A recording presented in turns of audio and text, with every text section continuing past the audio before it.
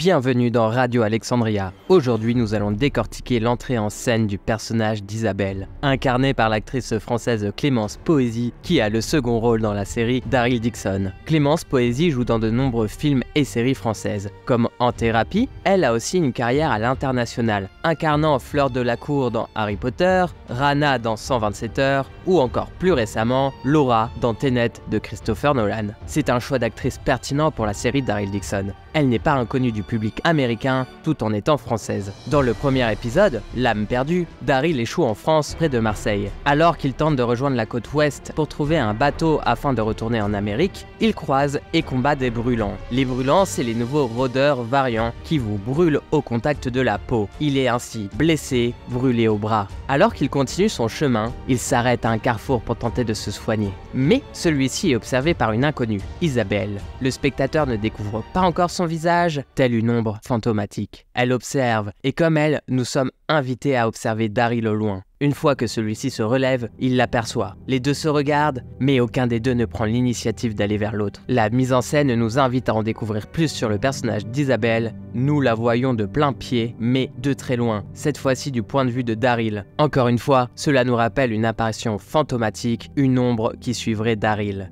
Daryl part dans la direction opposée d'Isabelle. Il tombe sur un panneau routier indiquant Lourdes. Ceci est la première réelle évocation de la religion. En dessous, un tract. Daryl, preuve qu'il n'est pas inquiété par cette personne qui le suit, prend le temps de traduire le message « Dieu vous aime ». Il soupire de moquerie, se retourne vers l'ombre qui l'observe, puis reprend sa route. De l'autre côté, on aperçoit enfin le visage d'Isabelle. Certes, elle est armée, mais c'est elle qui colle ces messages « Dieu vous aime ». Le ton entre les deux personnages est posé. Leurs chemins sont amenés à se croiser, ils seront étroitement liés, mais la religion sera une discorde. Fait amusant, elle colle son tract sur le nom du groupuscule ennemi de la saison, le pouvoir des vivants. Nom qui d'ailleurs rentre en opposition avec la religion. D'un côté, le pouvoir est aux vivants, sous-entendu aux hommes et aux femmes, alors que de l'autre côté, on a une spiritualité qui donne le pouvoir à celui qui est au-dessus de l'homme, Dieu. Peu de temps après cette première apparition fantomatique, Daryl est assommé par un survivant.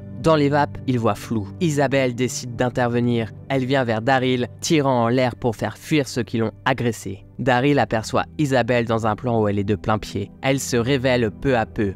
Quand Daryl est vraiment en danger, elle intervient. Elle est définie comme un personnage dans l'action quand le moment est venu. Donc comme Daryl dans l'action, mais beaucoup plus réfléchi. Daryl perd connaissance et a des flashbacks, notamment de ses dernières discussions avec Carole et Judith. Ces flashbacks sont entrecoupés par lui qui reprend connaissance et voit ce qu'il y a autour de lui, comme un crucifix, des instruments qui semblent être de torture et deux sœurs, dont sœur Isabelle. Si nous ne la connaissons pas encore, elle dégage une certaine maîtrise de soi. Elle donne des ordres. Elle cautérise la plaie de Daryl sans aucune hésitation, alors qu'elle lui brûle le bras tout de même. De plus, son action va couper la chorale des sœurs.